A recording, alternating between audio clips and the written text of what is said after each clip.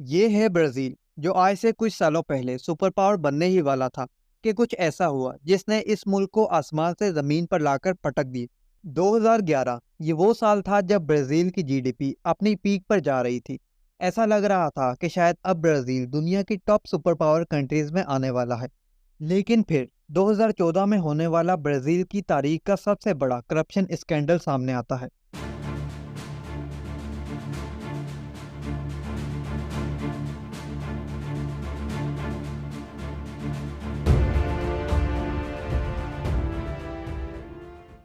जिसकी वजह से ब्राजील की जीडीपी पर गहरा असर पड़ने लगता है और इन्फ्लेशन रेट हाई होना शुरू हो जाता है। लोग सड़कों पर आ जाते हैं, हर जगह हंगामा और लाखों लोग प्रोटेस्ट करते दिखाई देते हैं। बट द क्वेश्चन इज कि आखिर अचानक से ऐसा क्या हुआ जिससे ब्राजील पर हजारों सवाल खड़े हो गए। यही सब मालूम करेंगे सी टी बॉक्स की आज की इस वीडियो में। ब्राजील जो साउथ अमेरिका का सबसे बड़ा मुल्क है, इसकी बॉर्डर लाइन काफ़ी मुल्कों से मिलती है, जैसे वेनेजुएला, कोलंबिया, पेरू और ऐसे ही कुछ मुल्क और भी ब्राज़ील से बॉर्डर के जरिए मिलते हैं। और इसके दूसरी तरफ अटलांटिक ओशियन है। पॉपुलेशन के लिहाज से भी ब्राज़ील काफ़ी बड़ा है। ब्राज़ील में तकरीबन 214.3 मिलियन लोग रहते हैं, जो कि दुनिया की सातवीं बड़ी आबादी वाला मुल्क है। इस मुल्क की जीडीपी की बात की जाए तो पर ईयर 1.6 ट्रिलियन यूएसडी से भी ज़्यादा है, और 2011 में तो ये जीडीपी 2.6 ट्रिलियन यूएसडी तक थी। मेक्सिको जैसे शानदार मुल्क की जीडीपी से अगर ब्राज़ील की जीडीपी का मुकाबला करवाया जाए तो ब्राज़ील की जीडीपी मेक्सिको से भी ज़्यादा है। मेक्सिको की जीडीपी 1.2 ट्रिलियन यूएसडी डॉलर है। और अर्जेंटीना, स्पेन, सिंगापुर से भी जीडीपी के मुकाबले में ब्राज़ील काफ़ी आगे है। अब आप सोच रहे होंगे कि अगर ब्राज़ील की जीडीपी और इकोनॉमी इतनी ही अच्छी है तो ब्राज़ील आई टॉप 10 सुपर पावर मुल्कों में शामिल क्यों नहीं है। जैसे कि यूएस, चाइना, इंडिया, जापान जो सुपर पावर मुल्क माने जाते हैं और काफ़ी चर्चे में भी रहते हैं। इवन इन सारे मुल्कों का काफ़ी दबदबा है दुनिया पर। ब्राज़ील भी सुपर पावर बनने के बहुत करीब था, लेकिन वहाँ की पॉलिटिकल अनस्टेबिलिटी, हाई टैक्सेस और करप्शन इस मिशन में सबसे बड़ी रुकावट है। करप्शन से याद आया, ब्राज़ील में 2014 में बहुत बड़ा कार वॉश स्कैंडल सामने आया, जिसने मुल्क को हिलाकर रख दिया। 2014 में पुलिस एक आम मुजरिम को शक की बुनियाद पर गिरफ्तार करती है, लेकिन वो मुजरिम पुलिस को ऐसे ऐसे राज बताता है जिससे पुलिस के सामने सारा सच आ जाता है। दरअसल वो मुजरिम ब्राज़ील की सबसे बड़ी सरकारी तेल कंपनी पेट्रोब्रास के लिए मनी लॉन्ड्रिंग कर रहा था। जब पुलिस को सारा सच मालूम होता है, तब से ऑपरेशन कारवां शुरू हो जाता है। एक तहकीकात जिसमें मालूम होता है कि पॉलिटिशियंस और कंपनीज मिलकर अरबों डॉलर की रिश्वत खा रहे थे। यहाँ एक बात और क्लियर कर दूं कि तेल ब्राज़ील की सबसे बड़ी नेचुरल रिसोर्स में से एक है, जो ब्राज़ील की बड़ी एक्सपोर्ट में से एक है। ब्राज़ील की इकोनॉमी इस सोयाबीन तेल पर काफ़ी डिपेंड करती है। Now back to the point. इस तहकीक में ब्राज़ील के सदरों का भी नाम सामने आता है। एक को सज़ा सुनाई जाती है और दूसरे पर भारी फाइन लगाया जाता है। इस स्कैंडल ने ब्राज़ील को दुनिया से कारोबार और तमाम लेन देन के मामला से बिल्कुल बाहर कर दिया। कोई भी मुल्क अब ब्राज़ील से कारोबार करने के लिए तैयार ना था। इस स्कैंडल ने मुल्क को बहुत बड़ी मुश्किल में डाल दिया। 5 लाख सरकारी मुलाजमों का सफाया किया गया और सियासतदानों पर तो लोगों का बिल्कुल ट्रस्ट खत्म हो गया था, क्योंकि ढेरों सियासतदान इस करप्शन में इन्वॉल्व पाए गए। ये रहे वो पॉलिटिशियंस, आप नेम्स और डिटेल पढ़ सकते हैं। काफ़ी लोगों ने इस इंसिडेंट पर एहतजाज भी किया। मुल्क में काफ़ी बुरे हालात हो गए थे।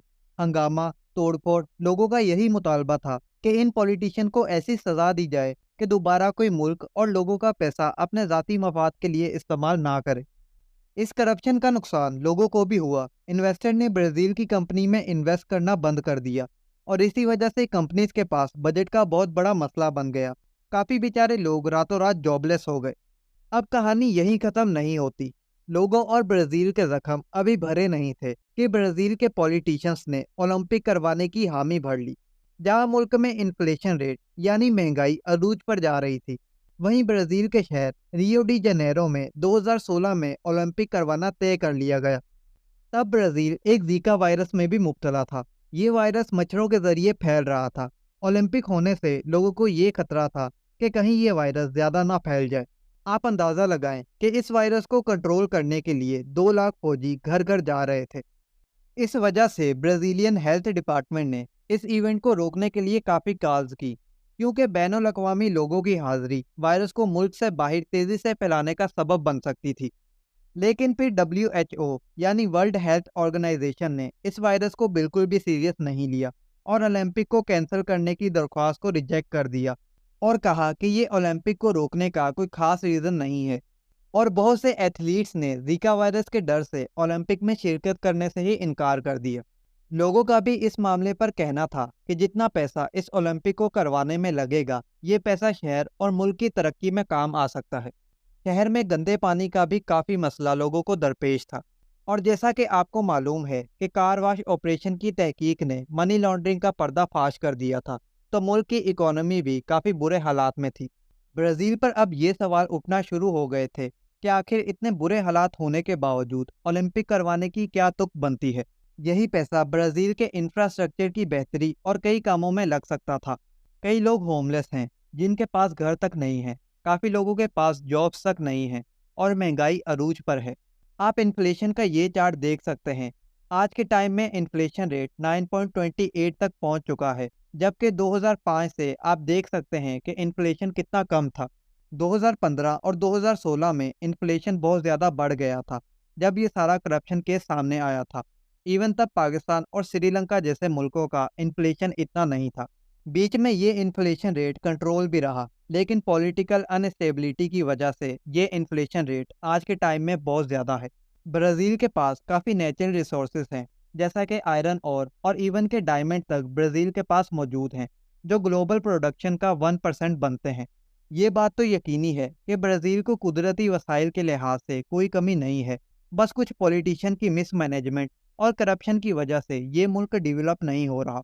और वहाँ के लोगों की बात की जाए तो काफ़ी मेहनती हैं। इसके बावजूद बेचारे 8.3 मिलियन ब्राज़ील के लोग जॉबलेस हैं, जिनके पास कोई काम नहीं है और ना ही इतनी इन्वेस्टमेंट कि कोई छोटा-मोटा बिज़नेस स्टार्ट कर सकें।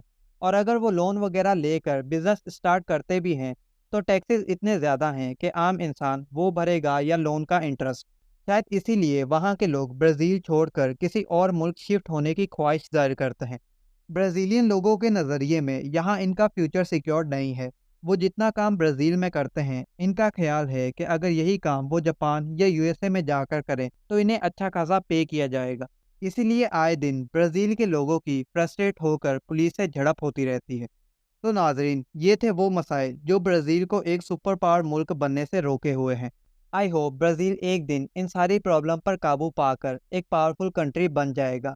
लेकिन इसके लिए ब्राज़ील को अपने लोगों को ज़्यादा प्रायोरिटी देनी पड़ेगी और अपनी रिसोर्सेज का सही इस्तेमाल और टैक्सेस को कम करना होगा। और सबसे ज़्यादा ज़रूरी बात, करप्शन को ख़त्म करना पड़ेगा, जिससे इंटरनेशनल मार्केट में ब्राज़ील की पॉजिटिव इमेज बन सके। तो नाज़रीन, उम्मीद है कि आपको आज की वीडियो पसंद आई होगी। ऐसी मज़ीद वीडियोस के लिए आप हमारे चैनल सीटी बॉक्स को सब्सक्राइब कर सकते हैं। तो मिलते हैं नेक्स्ट वीडियो में, तब तक के लिए अल्लाह हाफ़िज़।